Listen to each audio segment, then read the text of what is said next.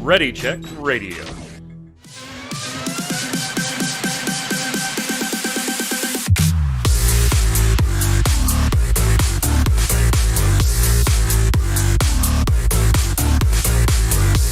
What's up, Internet? It's Thursday. It's 7 p.m. Eastern. That means here on Ready Check Radio, it's time for the Relic Grind, our Final Fantasy XIV Square Enix podcast, back from the holiday break.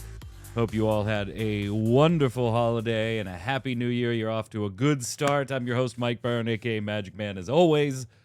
And if you're watching on YouTube or on ReadyCheckRadio.com, we appreciate it.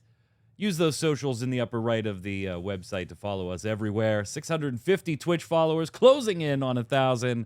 Could use your help there. Stop by. Even if you can't make it live and you're listening on Audible or watching on other platforms, thank you so much. Give it a like, a thumbs up, a subscribe, all that fun stuff. We have the Tokyo FanFest in the bag. We're going to talk about all of it today. Joining me, Mr. Chris Montoya, a.k.a. Tarkoth. Happy New Year, friendo. Greetings, program. So happy to be back. Happy 2024 to everyone. Everyone had great holidays, and I'm excited to talk Final Fantasy, Square Enix. Let's do it. Yeah, feels like it's the last time we talked about it was like last year. I mean, it's crazy. It's crazy. Also on the line, Mr. Paul Berlin, the Flynn one. What's up, Flynn? Yo, happy New Year, everybody. It has been definitely too long since we've had a show, and there's so much Final Fantasy to talk about. Yeah, let's get into it. Yeah, I mean, there was a period of time, like normally you're, depending on daylight savings and stuff, sometimes you're talking to us from the future, a day ahead of us. There was a time that you were a full year ahead of us. I know. Just for a few hours. A tiny bit. Only for what, 5-ish hours. A tiny bit. For a few hours, you were a full year ahead of us. Hey, before we dive into everything from the Tokyo FanFest, and we're going to talk about all the bits and bobs and the FanFest as a whole and everything, but there is some more breaking news that I just want to kind of get your opinions on real quick, because it kind of happened yesterday or the day before. I don't remember which, but if you looked at Square Enix's release schedule, an odd appearance showed up there. Something called Final Fantasy XIII series. Oh, yes. And the platform was PC with a release date to be determined. Now, it's easy to look at that and just go, maybe it's a PC port. But 13 series has already been available on PC for quite some time. So that's probably not it. Is it something new in the 13 line? Are we looking at a remaster or a remake of some type for one of the 3 original titles? Or are we, I would say, hey, we're looking at a PS5 release, but it has platform PC in the sneak peeks that you were able to see. What do you think's going on here, Tark, or what would you like to see go on here if they're 2 totally different things? Well, what actually happened is someone flubbed that up, and they're like, no, you're not supposed to put that there. We haven't announced anything officially. Why are you putting that there? But what I'm hoping is that, we get a remaster of sorts for the entire collection. Because one of the things that I think that video games has problems with is preservation, making things available for future generations. So having this brought up and with the HD remaster for all of them would be awesome to get them off the Horde PS3 and bring them to PS4, right, but PS5. the originals are already available on PC, so the preservation thing's already done. That's whatever. Okay. I mean, it's if digital. Get them to work. Yeah, that's true. That's the other issue is the track history for Square Enix at PC ports has not been stellar. Well, what do you think, Flynn? I mean, because obviously Square Enix is on this kick of remasters, reboots, remakes across a lot of their library. And I think generally speaking, that's a good thing, not only for Tark's game preservation point of view, which I happen to share, but also with these are some classics like, the Pixel remakes. Those were very well received and well done and cool, great, fantastic. But when you look at the library, you're like, there are a lot of Final Fantasies you should be doing before 13, at least in my opinion. I do feel like it's a case of it's a mainline title, and that's why they're just bringing it back out. I would love to see a tidy port, because everything I've heard from people who play the PC ports is it just crashes. it can't run properly. You can't get it above a certain FPS because of the architecture that was its foundation on the PS3. Yeah. And it is coming up on its 15th anniversary in Yeah. Japan, so that's probably a little bigger deal there than it is here, obviously. I did enjoy the 13 series. Well, to remark about there's other titles that, they Pixel remasters. There's 1 through 6. 7's been available on PC, and you can get And there you go. That's it. Now you got 7 8, you can 9. download on 9 we know is going to be a thing at some point, right? Yeah. Like, yeah. it was And part then of the got a NVIDIA remaster. leak and 8 stuff. got a remaster. 10 got brought the to HDs. PS4. Yep. Yeah, you got and the got HD HDs. ones. 12 Zodiac Age. That's on the PS4, PS5 now. So, yeah, I guess maybe it's time for 13. Oh, man, that's rough. That's rough. Give me my 9 first. Like Yeah. my true 9. Your 9 remake? Yeah, my true 9 remake. Yeah. I don't know. It certainly has its audience. It's just not one of my personal favorites. If That's fair. I wouldn't be surprised though, Tark, if it's something in the vein that you were talking about, or maybe even Flynn, what you were talking about, like an updated PC port that isn't total garbage. Like it's still the original game. They're not really remastering it or remaking it or anything, but we're now going to go back and give love to this port that's kind of been a mess for a little while, because it does reference series, so maybe that's exactly what it is. That I don't think I'd have if they were sinking time the last few years into a full remake or a remaster, I think we would have heard about it, at least through rumors and leaks and stuff by now. It wouldn't have been this accidental leak with a TBD on it on their website. So anyway, FanFest. Real quick though, I'm looking forward to 13 remaster, whole collection in one kit, and then releasing a physical edition for all of 3 hours of pre-order, and not of which they'll have 45 copies. Yeah. Of which they'll have 45 copies. So FanFest, the Tokyo FanFest, the final of the 3 FanFests is in the bag. We now know all the additional classes, we've gotten pictures, I should say, of the raids and stuff like that. So obviously still plenty more information as far as the nitty-gritty details will be unveiled between now and when Dawn Trail launches this summer. They said initially that they had a release date in mind at Tokyo, but they weren't ready to reveal it because Yoshi P's still feeling a little sting from having to delay the last expansion by 2 weeks. And so he didn't want to revisit that. But I thought it was funny that he said something to the effect of, this isn't going to be on Square Enix time. It'll be on Final Fantasy XIV time. It is still going to be summer. I just don't want to give you the date right now. So we should have a date soonish. I do love how he just threw shade at his own company. Oh, yeah. Oh, yeah. Over and over again. He's untouchable. He's untouchable. Yeah, I mean, there's things in other interviews that have happened since the FanFest where he was talking about what if he got fired or what if he didn't work there anymore, and he was like, I'd still play the game and I'd complain to the devs, So yeah, and those devs would listen. Right. So before we get into, I'm showing the trailer, the complete trailer now. This is likely to be the last real trailer we get now before the official launch trailer comes out. So all the little pieces that they've edited from previous trailers because they may have spoiled a class that hadn't been talked about yet or things like that. This is the complete shebang. I have that rolling, but before we dive into the trailer and the new class and things like that, Tark, what was your take of the FanFest as a whole?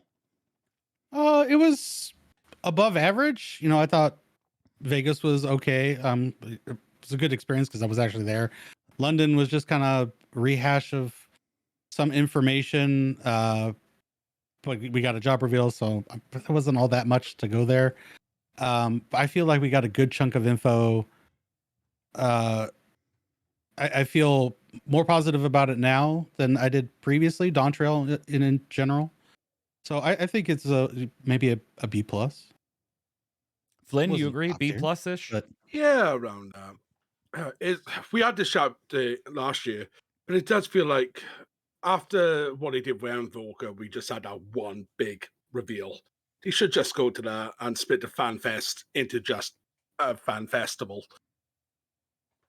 That's fair. Because when you're rehashing over 6-7 months plus, it does get samey with the show a lot. Yeah, and I do like you feel said, like we they did did a lot talk better about with that this it's one. like it's for the people that are there more than the people that are watching online. You know, the online stuff is really just to give us a reason to watch it.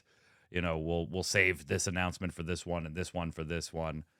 Yeah, I mean, information wise, it could all be done in a 3-hour live letter, but it's spread out over 6 hours of keynote speeches at 3 different fan fests, months and months apart. So I do tend to agree. I don't know. This one just didn't. Okay, so let's talk about the elephant in the room first. I am seeing feedback on Reddit and on forums and other places where we read the Final Fantasy XIV news and feedback and things like that. There are a lot of people that are really down on Dawn Trail now. Not slamming it, but looking at it more like this needs to be something impressive. There's like almost an added pressure on Dawn Trail coming from some fans, and obviously not all. And I don't think I agree to the extent I've seen anywhere on the internet where like this needs to save the game or like that type of mentality. But I think I do share some of the concerns that maybe lead to that point of view, in that there is a little bit of a concern for me that Dawn Trail is going to be a bit of a slower start than we're used to when it comes to introducing key protagonists, creating a compelling, us versus them, good guy, bad guy storyline. And we've kind of seen that play out in these 6 dot series, being a little more muted, a little quieter. And I know they're trying to go for a new vibe. It's the beginning of a whole new story, kind of the beginning. We've already had bits of the beginning of the whole new story. But I do have concerns that maybe it's going to go a little slower than I would want it to, as far as like introducing some of those key moments and key figures that we're likely to be following through the next 2 to 3 expansions. Right, rewatching the trailer again now, I'm getting a lot of Heavensward vibes. Yeah. Because Heavensward, like this, was a point where we didn't know how the story would progress. And with the Solution 9 stuff, that I'm sure we'll get into soon. Yeah, I mean, we could throw it in here, I'm too. very Obviously, excited there's to a see lot how of it comes to. FF9 references all over stuff, and people keep digging and finding more, and I'm getting maybe a lot even of Final Fantasy conspiracy VIII as theory well. making up some. But Oh, yeah. If you look at Frosty's next Mog Talk show, it is all about Solution 9. So, yeah, the community is definitely going ham. But, yeah, it's hard to... It could probably be a slow setup, but it might kick in faster than we were predicting. But, again, with Evansville, we didn't know what we'd get into. They are being quite muted with what this story will be. And that is exciting and also weary at the same time.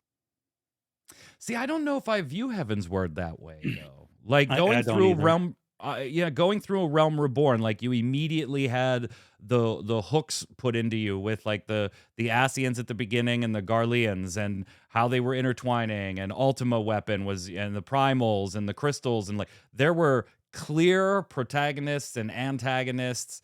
We didn't know how they related. That's what we were playing through the whole story. And then even before we officially knew what Heaven's Word was going to be about, like we all knew Ishgard, baby. Like, this is what's going to happen. Like, that's the place.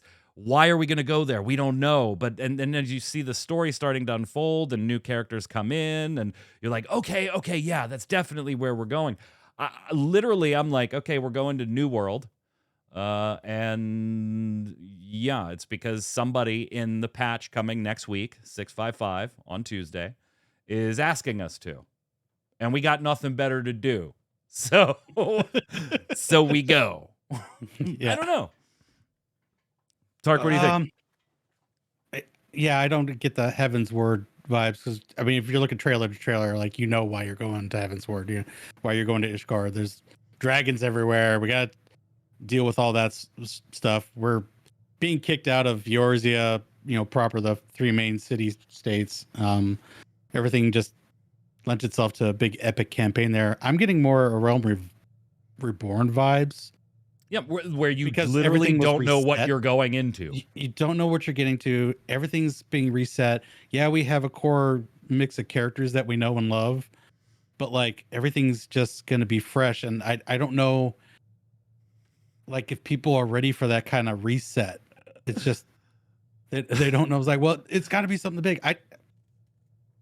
I have faith that the story's going to be good. My concern is the game itself needing to evolve with other pieces of gameplay and stuff. I just think they've been stuck in their routine for too long. Chat chiming in, Baron Vagabond saying, I'm not too sure about the mix of a modern city in the settings we've been in so far. That's fair. It is a bit of an aesthetic change. It's a really big aesthetic change when you get to the new job. And we'll talk about that in a second. To Cal chiming in, basically, we agreed to help a friend move on our day off in this expansion. Yeah. It's the beach moving episode. Let's go. There's a comment I saw recently that strikes true. Like, at the end of Endwalker, MXL told us about all these little adventures we could do. We was to mention of Solution 9, a futuristic city. We would have been, what, futuristic city? Let's go straight away. I saw one that it was like, what if this area is what they've been collecting all of our tombstones to build? There you go. Why not? Why not? Speaking of the new job, let's take a look at the Pictomancer. This is the second job that will be introduced alongside Viper in Dawn Trail. Another maybe FF9 reference, depending on how far you want to dig into the name Viper and the weapons and all that fun stuff. But Pictomancer are going to be the range magic class. I already told you once we knew it was a range magic class that yes, it's going to be max level on my account. You know, my black mage, right? My red mage, my white mage. Like range magic is my stuff. That's my jam. And the two we had that were generally kind of leading the pack with all three of us and in chat were both Pictomancer and Green Mage, right? Mostly coming from not just where we thought they were going to go, but also like the hints in the Teenage Mutant Ninja Turtle shirt and, you know, thinking, okay, it could be referencing Green or it could be referencing the artist, in which case it was Pictomancer. Really you only have Realm to go with that class, though. Is that one that they would put in there? Yeah, it is. That's the one they're putting in there. And it is quite the color splash, if I don't say so myself. Yeah. It is quite it's very Splatoon. Yes, it's very Splatoon in the color. I would be scared to do high-end raids with 4 Pictomancers with all effects on. Baron saying it looks cartoony to me. Yeah, to Cal, I'm Omni 90, but when I saw this, I contemplated breaking that streak. I'll wind up leveling it, but that's it. I mean, I am interested to see how it goes because it does have a very, it does have a very blue magey mindset about it, right? In the monsters, using the monsters and stuff like that. We'll of course talk more about limited classes in a few minutes here. I don't know. I will say this: the first time I was watching it live, and the first time they played the trailer, I was like, "Oh, I don't know if I like those effects." Like the color splashing was just very, very jarring initially to me. Then they went through their whole slide presentation, right? And then they showed the trailer a second time now that you had the additional information.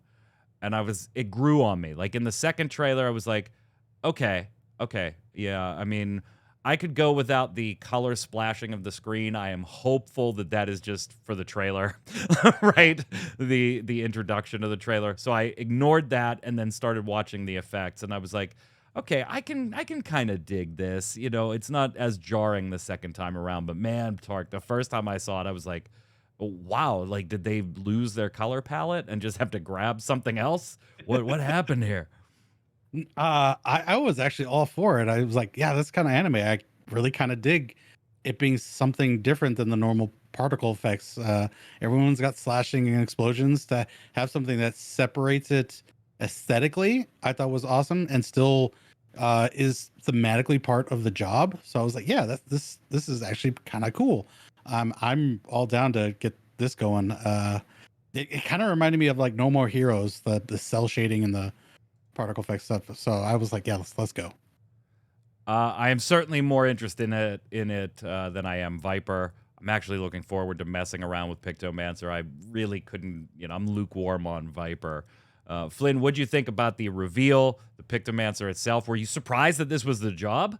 Like, honestly, I kind of feel like I was. I was kind of in the I Green thought Mage it would be camp. Green Mage before this. I called this back in Vegas. Yeah, I was in the Green Mage camp more for it's New World. We have Blue Mage. It sort of makes sense. Green Mage, Blue Mage, New World-esque.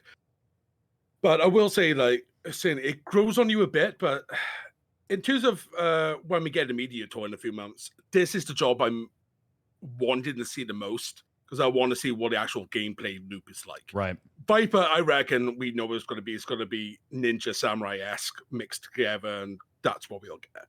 Whereas this is unique enough that it should visually look quite appealing. Like the Reaper rotation, if you have the effects on, is quite flashy, quite over the top.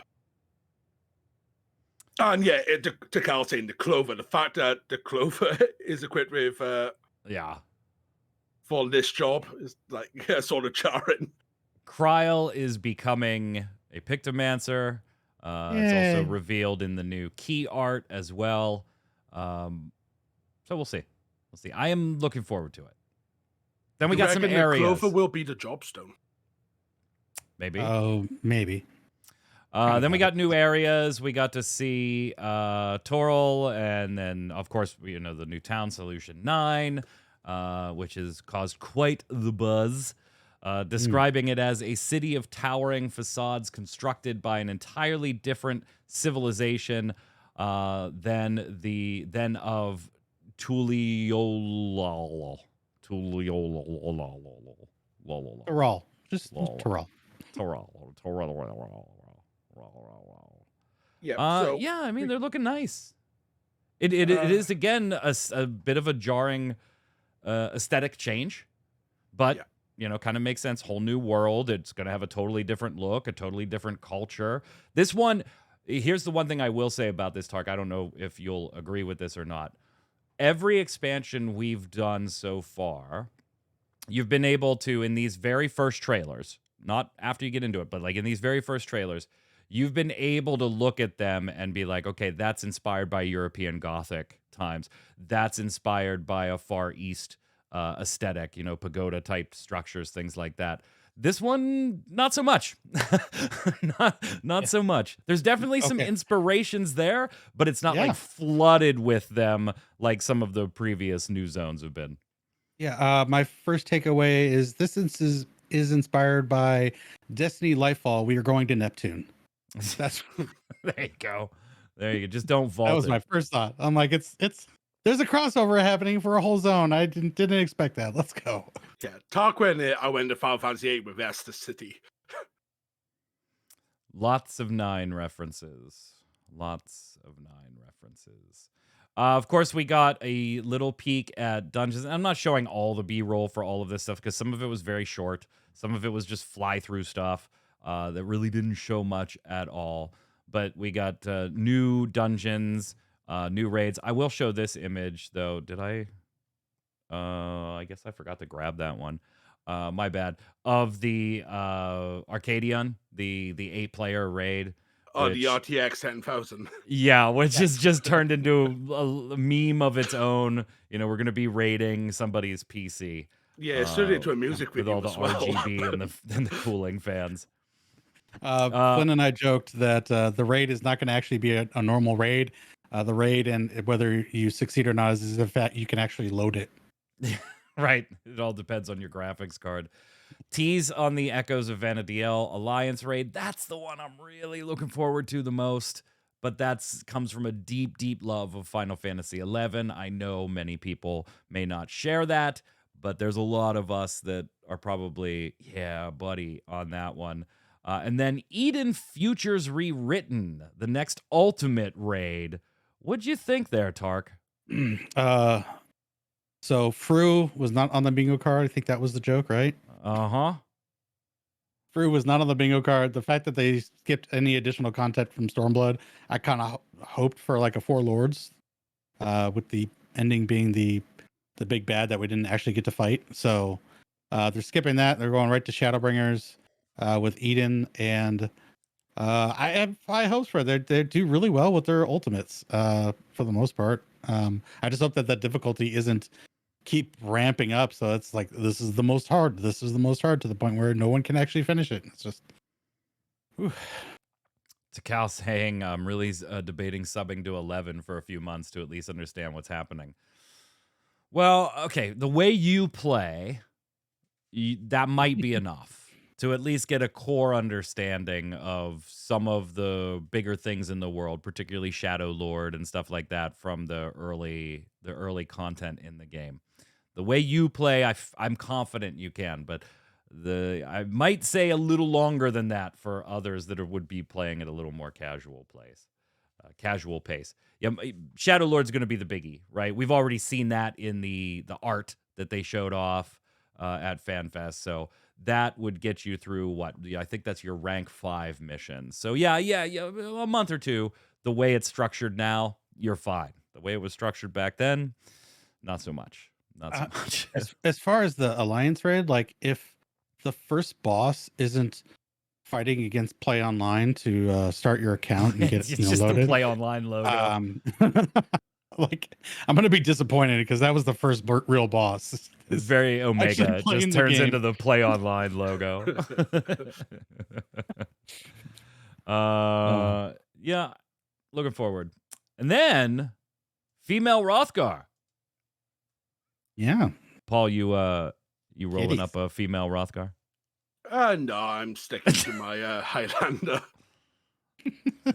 Like as soon as we had Judge Armor added to the game, I went from my male Mikoti that the wife had me great to Highlander. Said I'm not having a tail. I'm wearing my Judge Armor, and I'm going to be tall. And I left it at that.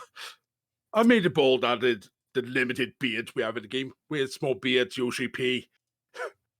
Hashtag more beard options, please. So is female Rothgar the final race or not? Right? No. Like we've heard Yoshi P say before that it's done. Like that's it. And in content that came out from FanFest and after FanFest, he's quoted as saying, making a new race is really hard. And I have said continually throughout these 10 years that this would be the last one when he introduced the female Rothgar in the presentation. But then he went on and continued to say, I'd like to say that this will be the last one, but perhaps I can't. He's been saying it was going to be the last one for a while, and then he opens that can of worms by saying, maybe I can't say that. When you say open a can of worms, he just knows we can bully him into new stuff. Hey guys, if we're loud enough, he will have to do it and go, why? I'll just leave it with this. Like, flying is not going to be a part of Realm Reborn zones. I'm sorry. It's too much time and effort to do that. Oh, wait. It's like, it is now. Wait a minute. I remember, like, this is going to sound really dumb. Like, when World of Warcraft brought flying in, and then years and years later, they put it in Classic, right? Well, I shouldn't say Classic, because that's now a thing. They put it in vanilla in the retail world. Like, for the longest time, you could not fly in those zones. Same thing as in Final Fantasy, when you could not fly in the Realm Reborn zones. And, like, for Final Fantasy, it was different reasons, right? But I thought it was super interesting, like, way back in the day, because my mind, like, I know how to program software, but I'm not an artist. I'm not a 3D modeler or anything like that. And so it was really interesting to see, like, if you could fly in these zones, would you really want to? And, like, they move the camera up, and there's, like, nothing on top of buildings. There's no roofs. It's just, like, 2D polygons that are just smashed up against each other. And it's like, oh, my God, I never even thought of that's why you can't fly in those zones, because it was never designed to be viewed from that angle. Yeah, with the flat eagles. Yeah, the grapes. The grapes. Kind of like the grapes. I like the grapes. I got my grapes. Speaking of graphics, though, they did show off a little bit of the graphical update. And there was really one big thing that I was really happy to hear him say. I was really happy to hear Yoshi P say. So they were showing off like before and afters, and I'm going to show one or two here while we're talking. But when he said, historically, we just have not been good at displaying dark-skinned characters. Like just it was so matter of fact, straight to the point. Like he didn't try to sugarcoat it. He didn't try to, PR speak it away. He's just get just whatever. It was very, very nice to hear him say that. He's just like inserting certain lighting conditions and stuff like that. We've just been bad at it. And we're going to rectify that with the graphical overhaul while we're in here doing this. Yeah. That's good. That's good. I like the acknowledgement, and I like that they're doing something about it. This has been a big piece of feedback that he's gotten for years. I do like that it's acknowledged and that they're doing something about it. Oh, yeah. But what do you think of the graphics overhaul as a whole? I mean, we kind of got like still shot comparisons, right? And I'm showing some of them, and it's most noticeable in the hair, right? That's where you can readily see some of this stuff. And textures across the board. Like a lot of times, like look at the faces, face okay, but look at that buckle. Look at that piece of leather. Yes. The definition in leather, the definition and shininess of accessories and like buckles. I was noticing a lot more on lips, seeing the depth in the character's eyes. The hair was, the front thing. But yeah, the darker skin tone, Flynn and I both said the darker skin tone on both the Lalafell and the female Makote I was just like, that is awesome. That it looks so good. And yeah, I'm glad that they acknowledge it and they're working on it and they're following through. Yeah, I wish they showed the dark-skinned Lalafell during UK FanFest, because I still can't tell the difference outside the years a bit with a light-skinned Lalafell. It looks the same. At least with the dark skin, you can see the definition near the nose. There's a difference there. Yeah. White potato is still white potato. Yeah, go ahead. Yes. Go ahead, Tark. And I tweeted this like, you could shine up a Lalafell, but it is still at the end of the day a potato. Yeah, I've already seen those memes too, where it was like the graphic, this image here, or one of these images, like this one, where the second one is just a potato. Shiny potato. Yeah, I've already seen these.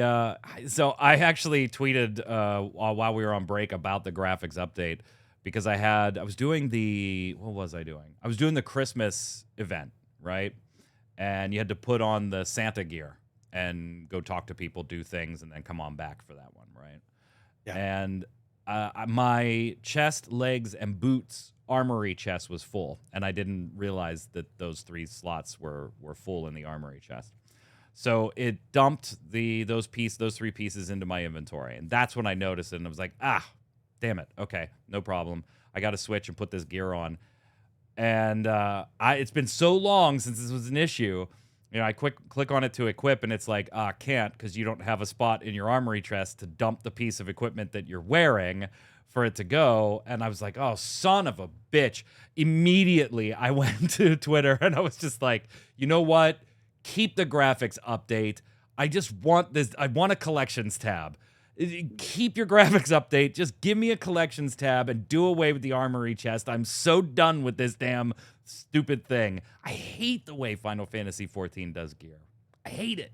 And inventory. I hate it. Anyway. Yeah.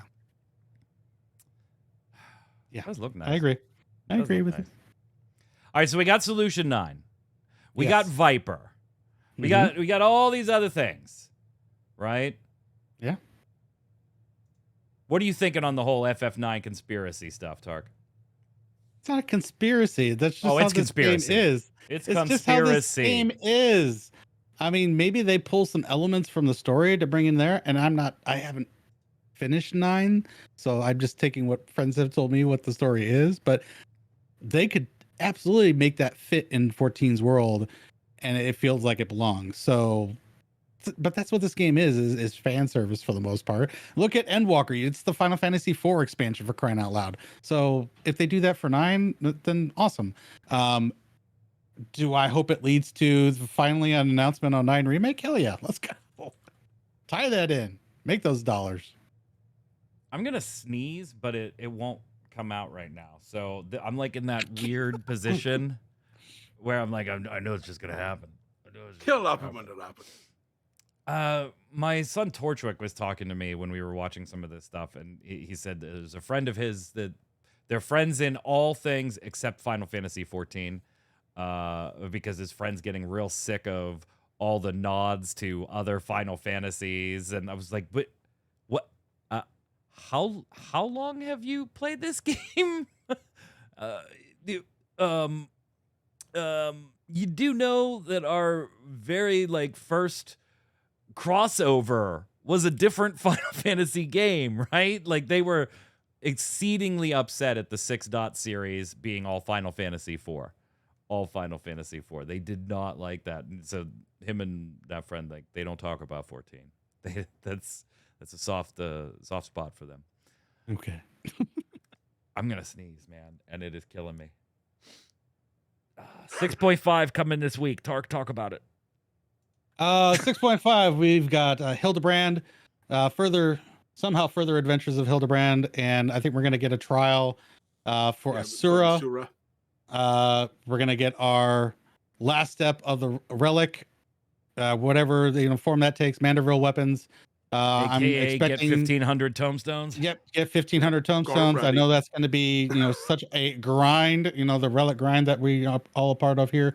I hope everyone's looking forward to that piece of content because collecting tomestones is engaging gameplay. What else do we got? Last bit of story to get us to 7.0. Hopefully there's more minions. Let's see. There will be because they have the alliance quests. Yeah, that too. Oh, there's definitely going to be minions in there because we got the alliance quests going on. Yeah. And then we have the Final Fantasy 16 crossover. Yeah, in April. Yes. Yeah, that's gonna be. No, I'm so hyped for this. Mount Minion, Torgal, let's go. Yeah, the Torgal Mount and Minion is pretty badass. I don't know. Like I was watching the video here that I'm showing Flynn, and I was like, wait, is there going to be just a special Efreet fight again? This is kind of weird. This is like, hey, you have an event based on a trial you already beat forever ago. Well, the sake of it, during the 15 crossover, we had another crew to fight. That's true. That is true. Yeah. No, this is part of the graphics update. They're going to replace the Ifrit with this Ifrit. Yeah, fancy Ifrit. But we did get a Famitsu interview with Yoshi P that said we could do a second 16 DLC crossover. Because this is coming up before the PC port, he doesn't want any spoilers. So it's like, I could do another one down the line, maybe. Oh, like that would just be a rerun. They're not doing a different 16 crossover. There's It was his words. There's Torgal. That's who I was translations. waiting for. Yeah. Possible mistranslations. They're fun. Xbox beta in February. Next month. Awesome. Open beta. I will be trying it out. During the 6.5x cycle. 4K resolution on the Xbox Series X. Open beta. Do you think that's going to bring a lot of new players to the game, Flynn? There's a chance for it. That's as much as we could say. It's another obviously there's going to be people like us that play on multiple platforms, right? And so we kind of link our accounts and go do things here and there. But as I'm talking brand new people that never played before or maybe tried it once on something but then never stuck with it. Do you think Xbox brings, while I am all in favor, by the way, of it being on Xbox, 100% in favor of it. I want things to be on all platforms when possible. But from a numbers standpoint, do you think it brings a lot of brand new players? It should bring in at least a few, especially people who still are, this is my console, I play on nothing else, and may have played 11 back in the day when it was on the 360, but I haven't been able to go into 14 because they refused to buy a PlayStation, don't want to mess with PC, but wanted a new MMO to play. So there's definitely some people coming. That's 17 people talking. I don't know. 17 is better than 0. Tark, I'd be really interested to see the numbers in the back end. Oh, yeah. Again, I'm all in favor of it being on the platform, but I'm super curious about the ROI, right? The return on investment. Like how long and how many conversations and how much work it takes to get there versus what you anticipate getting out of that in potential new subscriptions and expansion purchases and cash shop purchases and stuff like that. I mean, they're never going to share that data. It's wishful pipe dream on my side, but I would love to get a hold of that data. If it was like we had it on PC, a year and a half later it was on PlayStation, a year and a half later it was on Xbox, to me that's then I'm like, yeah, you absolutely do this. The only reason I'm super curious and maybe a little doubtful is because of how big the gap is. I feel like if you wanted to play Final Fantasy XIV, you've played it by now. Yeah, in some form or fashion. Because isn't also PlayStation killing Xbox and consoles by like 4-1 or something like that? So like the majority of people that are gonna have just a just an Xbox, but not a PlayStation, I feel is kind of small. So I don't know how many more people. I'm sure it's more than 17 that the call said, but like I don't expect like, oh, we're gonna get 1 million more players. That's just unrealistic. If they get like 50 to 100,000 new players off of this, I think that's a win. See, I think it's more of a building of future relationship thing. That's fair too. That could be the more return on investment that they're looking for. It's like, okay, yeah, maybe we'll pick up, a few 10,000s of new players, and maybe they'll stick with us, maybe they won't. You will have stupid people like me that buy the software for multiple platforms, so they're going to make a little money off of me in this process anyway, even though it's a one-time thing instead of recurring a new sub.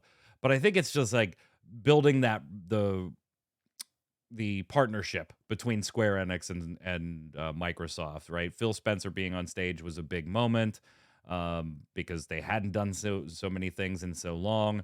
And so maybe that's where the return on investment is. Hey, not only is this game here coming out and it's on Xbox, but you could go back and play 14 too. That's available on Xbox if you wanted to, and then that's available and that's available. So maybe it's a more long-term play than a potential new player-based play.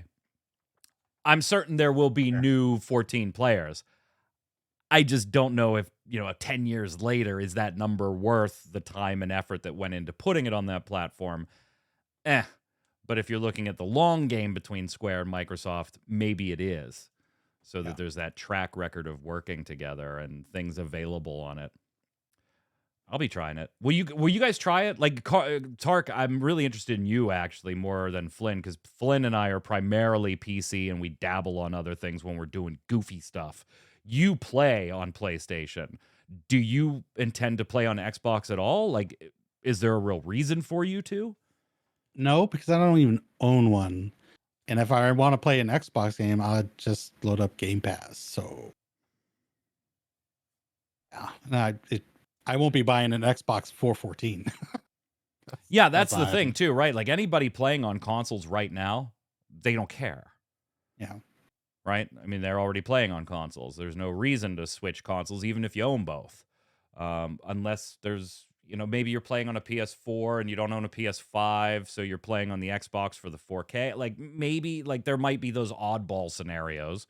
Like for me, I've got my PS5 downstairs. My Xbox is upstairs in the bedroom. So it's like if I want to do some late night grinding, I'm in bed now and I can chill with the TV. Well, yeah, that's normally where you do that late night grinding is in bed. Yeah, buddy. Keep it clean, Mike. Buddy. Keep it clean. That is clean for Mike. Cha-cha! Got him. Yeah, the Series S, which I have, it's cheap as anything. Like me and Tom was joking when he was showing the new system requirements. It's like, yeah, you could buy a new graphics card that's $800-900, or just buy PS5 or an Xbox and buy the game on top of that, and you've still got money left. In some of the interviews, and I'm sure we'll have next week's show and the week after, there's probably going to be more that's great. By the way, hold on. I totally forgot. I want one of those fucking baseball jerseys. Oh, yeah. Oh, yeah. I saw those. A couple months ago. Did they show them in London? No, they showed them as part of the pre-order for JP FanFest gear, and I was like, I really want those. I just don't have the money for them. But yeah, I want both of them. They're great. I kind of just want the dark one. Yeah, the dark. Some like black You Warrior mage, and it's Darkness? black Let's and go. purple and stuff. But Sure. it's currently unavailable. Sold out. Mr. How Shot. dare I didn't miss my. They'll put it back because those are gonna sell like crazy. Yeah, Those they'll are put gonna them back just like the Pixel Remaster physical editions. Yeah. They look cool, but you can't bring yourself to wear video game gear in public. Nah, I don't care. I'm a dork. Oh, yeah. I wear my nerddom proudly. Hey, so let's talk about the Famitsu interview, Flynn. You wanted to bring that up, although in the show notes I had to go back and say you forgot the most important part of this interview. The alpaca mount. Alpaca I knew it mount was there. confirmed. I knew it was there. I mean, yeah. I mean, we said that when Flynn and I got together, like, because they put that as one of the key pieces of art at the beginning of the keynote. And I'm like, oh yeah, collector's edition. We're getting a llama / alpaca. Let's can write that down. So yay. Yeah, but Yoshi P did say he was like maybe it'll carry around the Warrior of Light. Like so. Yes, alpaca mount confirmed. Oh. They could do alpacas for the next Trials drops. So we'll get elemental alpacas. Anyway, go ahead, Flynn. There was other stuff in the Famitsu interview you wanted to talk about. I also linked IQG's tweet to this, which is more of a TLDR of everything. Yoshi P mentioning during the interview that Critics Business Unit 3 is ready for the second Realm Reborn with the new era 14. And he's got plans for 8.0, 9.0 that he doesn't want to tell the dev team yet to not give him stress. Yeah, could you imagine if that dude had left the company or got fired or whatever, and he's just like, fuck you, taking 8.0, 9.0, and 10.0 with me. Good luck, dogs. Yeah, but the part of the interview that I took away the most is that Yoshi P finally has things in place, so he's not doing everything anymore. There's people who can actually take some of the smaller roles away from him as director producer. It's like that guy, he came out so energetic at this FanFest. You could tell he's actually had some sleep these days. Yeah. He would not dress up as the Pictomancer, though. He would not. He was not willing. That was a bridge too far. I think he could have rocked that. Oh my god, that was a bridge too far. I think within 5 minutes of him saying that, someone mocked up his face on the cosplayer. Oh, no doubt. No doubt. He Hey, the special site for 655 is updated as of this morning, so you've got new screenshots and information on 655. Of course, that'll be a big portion of next week's show when we're kind of giving you our review on how it all finishes up. We're going to meet a new friend, the voice actress who does the voiceover work, is like so thrilled to be working there. I saw them tweet out or post something somewhere about playing the game for such a long time and now being on the voice acting team there. So that's very cool. 1.0 vet. Yeah, we will of course review all the patch contents on next week's show. Let's finish up with some other Square Enix news, gentlemen. First up, Square Enix donating a little under $350,000 to the Japanese Red Cross to support people affected by the Noto Peninsula earthquake. I've seen other companies do this too, so I don't want to shortchange any other companies, but since this is a Square Enix podcast, wanted to make sure that we pointed out that they have made that donation. It's like 50 million yen, so it's just shy of $350,000. The company says that this donation is noted for the earliest possible recovery of the affected areas. I love when companies that I support do stuff like this and then also don't harass their employees, so that's very cool. It was always good to see. Lord. Yeah, I was saying to Talk when we was watching live that I am expecting us to get an announcement that on the JP data centers that housing demolition will be turned off for a while. Oh, yeah. They always do that. Yeah, they always do that. They always do that type of stuff. In the New Year letter, remember 2 years ago was quite blockchainy, if you remember. Last year, also blockchainy. Also, every time we hear from Kiryu, it's blockchainy. And this year's New Year's letter did have some blockchain mentioned in it, but it was way secondary. Like it was Way like just a few little small mentions of it, not nearly as prevalent as it was the previous years. But in Takashi Kiru's letter this year, they did tackle a different topic that you might have questionable feelings about depending on your profession and your just general point of view here. Flynn, Tark. I'm sitting here looking at both of you. Tark. Square Enix plans to, quote, aggressively use AI. Yeah. Artificial intelligence and its potential implications had, for some time, largely been subjects of academic debate. However, the introduction of ChatGPT, interesting that they give a nod by name to ChatGPT, considering that it's being sued by the New York Times. However, the introduction of ChatGPT, which allows anyone to easily produce writing or translations or to engage in text-based dialogue, sparked the rapid spread of generative AIs. I believe that generative AI has the potential not only to reshape what we create, but also to fundamentally change the process by which we create, including programming. And when they went on to talk into some more details here, while they were scant, they did kind of reframe that as in, well, we don't know if we really want to use this to create content. But right now, what we're really interested in is how this can change the way we actually produce games, streamline processes in the back end of things. But you did put that mention out there for things like translations and other things, which I'm sure makes localization teams not very happy. So what do you think of Square Enix's kind of, we're going to aggressively use this in some way? It screams at me of a company that, and I talked to Flynn about this before the show, like back in the day, they were the cutting edge of like graphics, cutting edge of gameplay changes and experiences. Cutscenes from them were just top notch. Like you could expect the best in cutscenes. And I feel like they're just trying to grab a hold of any new technology to somehow leap them forward to be at the top of something again, whether that be from blockchain and NFTs now to AI, where at least with AI, I think there is potentially in the future, maybe not right now, for it to be a big part of technology and moving things forward. So getting ahead of this probably feels a lot better than blockchain and NFTs. I'm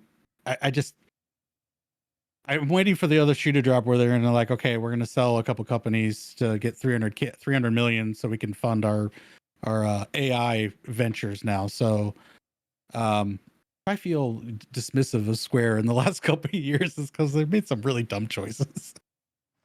Baron saying the Screen Actors Guild just approved AI, so get ready for it. I wonder if you could provide a little more context, because the Screen Actors Guild, you a link on that. The Screen Actors Guild, are you talking about the contract with video game companies or with movies? That one. It's the gaming voice actors with the gaming one. Union deal.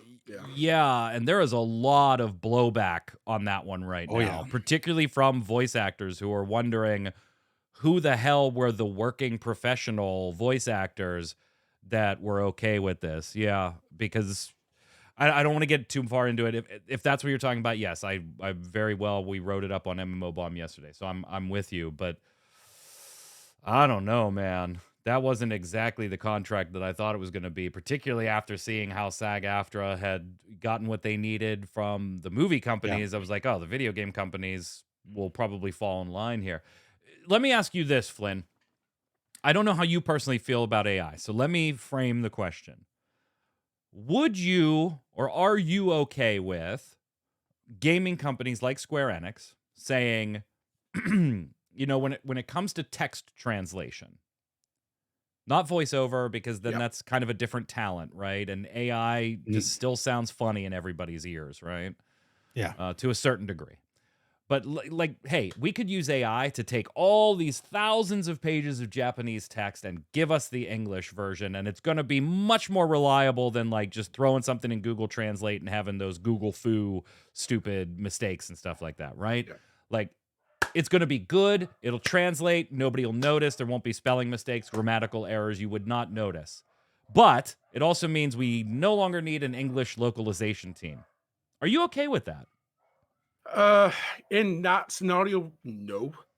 I think that doing it for that purpose, but still having someone there to oversee and making sure the right message. Yeah, I mean, you would keep 1 or 2 people there to read the final because this is copy. something that's happening in the anime industry currently, using AI for translation, because so much context and meaning of what's being translated is so lost being brought into the West that they need the anime companies are taking it back so they can control the product more. But with companies like Square Enix, where you're paying a localization team who works hand in hand with the rest of the language department, so everything works out the correct way. Yeah, take some pressure off, sure, but do it in an ethical manner. I mean, companies are always looking to save money, though, right? Like, if they can save money, make a little more money, produce things faster. You want games to come out faster? Okay.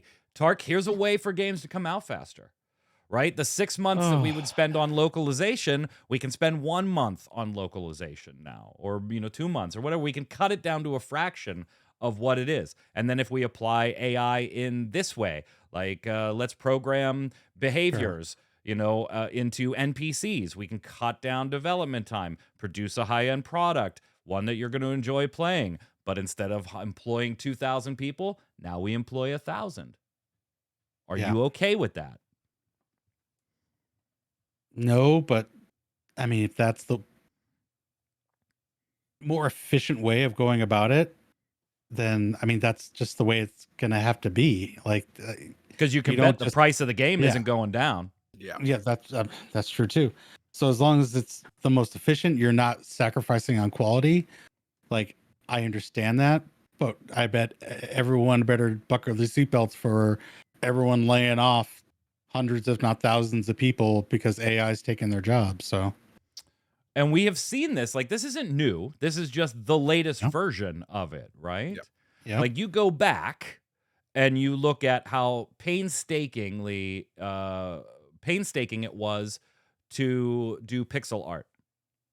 And then computer processes allowed that to not have to be the case. You did not have to have 12 artists. You could have 6 artists because they could do it in half the time now.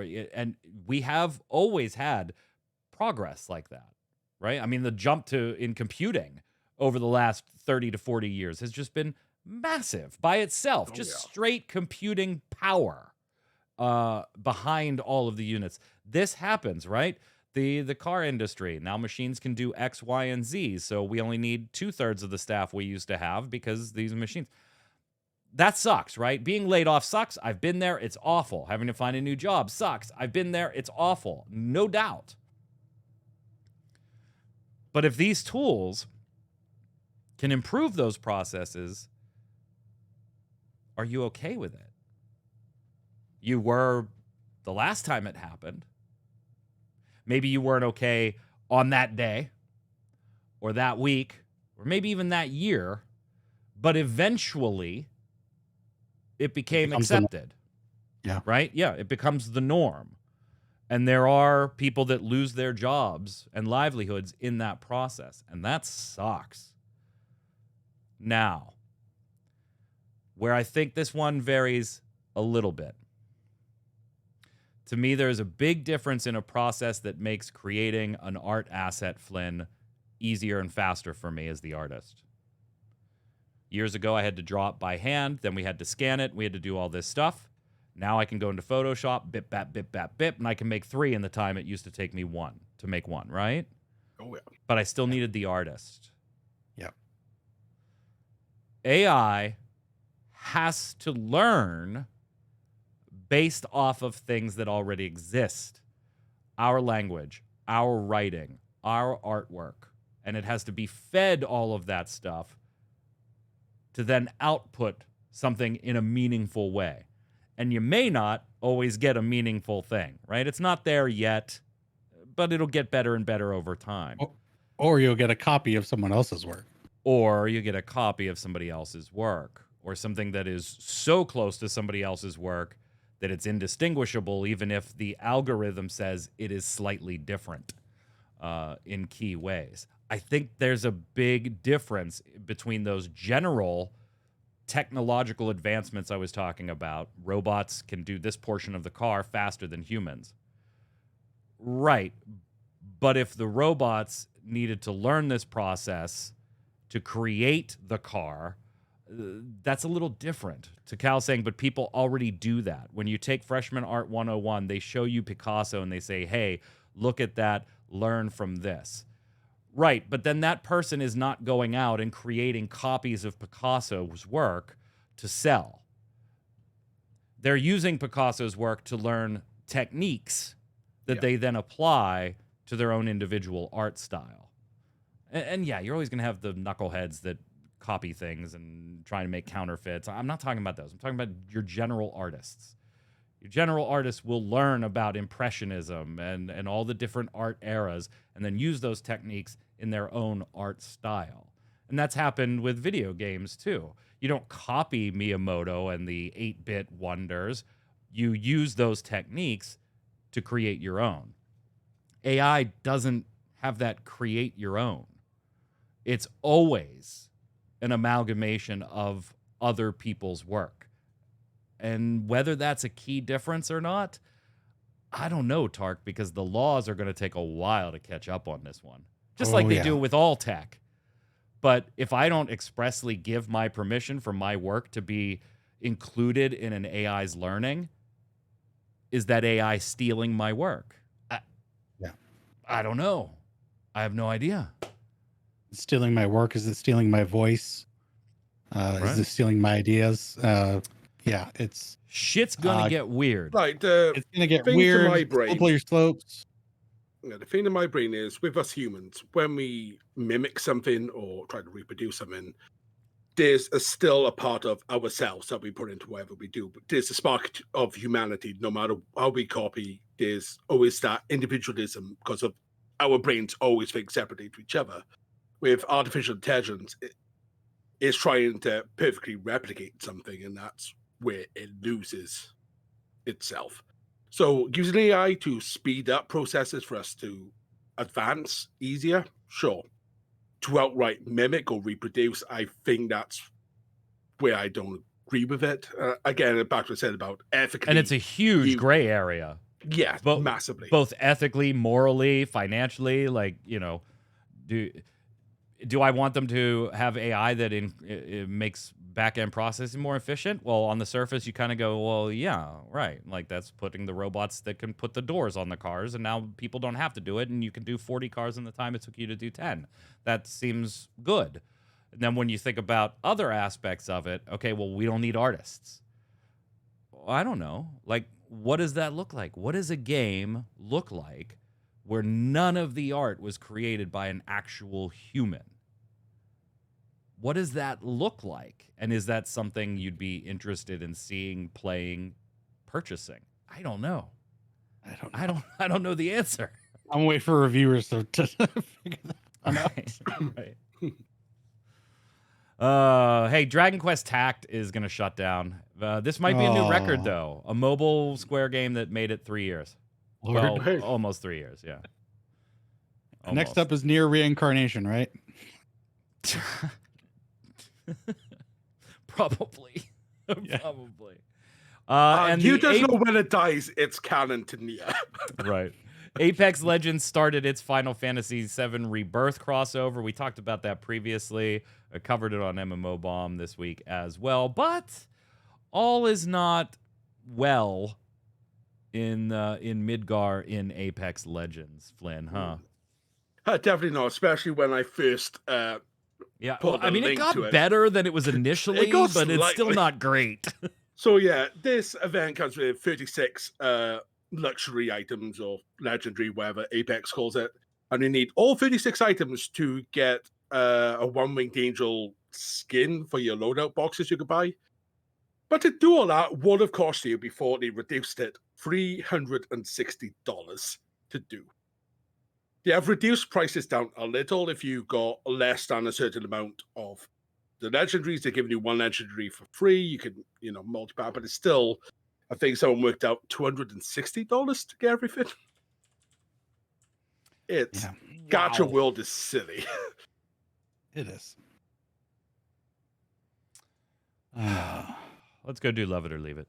Yeah, let's do that.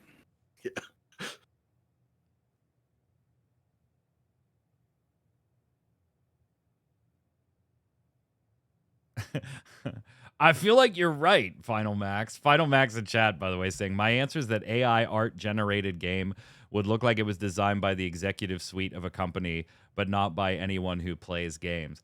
I feel like Fair. that's, and I don't want to belabor this point, but I feel like you're dead on. Like that's the way it works in my brain too. And then maybe, and Takal and I have had this discussion offline too, outside of the podcast, just chatting last week on MMO Bomb, where it's like right now it will get better over time, but there's always going to be a piece of AI that just doesn't feel or look or sound quite right. Like right now, it's really easy sometimes because hands are just an absolute nightmare for most AI models to make hands. Eventually, that won't be the case, right? Yeah. Yeah. Yeah. I mean, look at Square Enix history. They it had feels trouble soulless. making hands too. Poor Oh, Cloud Final and Max all just put that. an idea in my head. Watching Big was Gaming Gumbo with that one game that came out recently that was an absolute shit show. Because the the marketing team didn't know what the devs were doing versus what the executives actually wanted out of the game, and that just sounds like what AI games are going to be. Welcome to Love It or Leave It. This is the segment where we end every episode of the Relic Grind here. It's where I give you something Square Enix related. Could be a game, a feature in a game, a press release, something they've done, said, or even tangentially related to Square Enix because it's my show and I get to do whatever the hell I want. And I ask you whether you love it, want more of it, leave it, never gonna see it again. We're done with FanFest. We're in the bag. It's been some ups and downs on some of our feedback as we go along, but I want to know, lock it in now, because you're not really going to get much besides some supplemental information about things between now Media and tour. the launch of Dawn Trail. Yeah, you're going to get supplemental information from the media tour. Like you'll see the class play a little bit, but you already know what the class is. So now, how do you feel about Dawn Trail as a whole? If I made you decide right now that you absolutely love it or you're not going to enjoy it and you got to leave it. Tark, what do you got? It's a Something toughie. brand new as far as it's a toughie. It's something brand new from a story. Whole new part of the world that we've known is there, but just never explored. The re-inclusion of field operation zones, which I thought was sorely lacking in Endwalker. I'm feeling like I love it at the moment. That's how I'm feeling right now. I'm more positive about the expansion than I was previously. Flynn? Oh, it's a love it for me. I can't wait to explore Yogg-Toral and what's it? Exactoral. Seeing this, Mesopotamic America into this futuristic Final Fantasy 7, 8, 9 crossover city. Yeah, I'm hype. I'm all for it. Give me story. We got a 4-lord scenario writer on board. I'm good. So there's an awful lot that I'm super interested in to get my hands on. So do not get me wrong when I say this. I can't wait to play Pictomancer. I can't wait for the Vanadiel Alliance raid. I can't wait for seeing a new place and seeing where this story is going. But based on the information I have right now, I'd have to say leave it. Not because I don't love this game and I'm absolutely going to play it and stay subbed and give you this show. It's a wonderful game, but I got to say leave it because I just feel like the tenor of the FanFests kind of left me with, if I didn't play Final Fantasy XIV already and see this and I saw these FanFests, I would go, yeah, I don't really see anything different or new or compelling. Obviously, story is going to play a huge part in that, and I don't expect them to show that type of stuff at FanFest, so maybe it's a little unfair to gauge it that way, but basing it strictly on the FanFest, I'm going to leave it, but I'm certainly looking forward to playing it. I will say maybe this is the best way to sum it up. This is not the expansion that I've been hyped for the most. And in most cases, the current upcoming expansion was the one I was hyped for the most. I don't feel that way with Dawn Trail. I'm not disappointed by it either. So maybe call me a fence sitter, but since I have to pick one, I'm going to go with leave it with some optimism, if that makes sense. Yeah. That's going to do it for this episode of the Relic Grind, Final Fantasy XIV Square Enix podcast. We'll be back next week, of course, to review 655, and hopefully we'll have some more information from different interviews and things like that on Dawn Trail. Chat, don't go anywhere, though. Right after the show, we've got Lady Faye coming up. She's back. What's up, Faye? Happy New Year. What up? Happy New Year, everybody. How y'all doing? Good. Ain't she? Good. Healthy, still Excellent. breathing. I got to see 2024. I got a birthday coming up. Everything you Steelers? can ask for. Yeah. Steelers in the playoffs? Steelers snuck their goofy ass into the playoffs. Like, so did the See how that Packers. So I Let's go. watched and I was like, the Pack snuck in too. Okay, here we go. Here we go. Good, get interesting. Sometimes you need a expansion for the devs to cool down. Oh, Max, I don't know if I agree. I feel like they got their cooldown in the 6.1 through .55. Like, that's where the cooldown should have been. Faye, what are you playing tonight? Is it back to BG3? We are. I'm showing commitment to this game because I love LOL. it, despite all of my indecision in it. So yes, we are back for another round. I'm pretty sure something interesting's happening. I'm pretty sure I'm dying. So it'll be a good time. Stay tuned, chat. Give us a minute. We'll take everything down, bring it back up, and Faye will be there. We'll be back next week. Until then, Flynn, where can everybody find you? You can find me over on Twitch at Within Crisis. You find me on YouTube at Within Crisis Podcast, which will come back in a few months when my buddy is back from traveling. But in the meantime, I will be shaking my dice, hoping for some nat 20 rolls for Faye. Tark. Twitch, Twitter, YouTube, all at Tarkoth Gaming. Find me playing Final Fantasy XIV most of the time. A little bit of dash of Diablo. Then on Ready Check Radio Saturday nights, you can find me currently neck deep in the Remedyverse. We're playing Control right now. Oh, Control's one of my favorite games, man. I platted that when it came out. Such a great game. I'm Mike Byrne. That's not right. You can follow me right there at Magic Man 1, but more importantly, that's why you check those slides before you start the show. Follow at RC Radio so you'll know every time we go live with the podcast, the stream, and everything else. Until next week, gang. Stay safe. We'll see you on the servers. Later.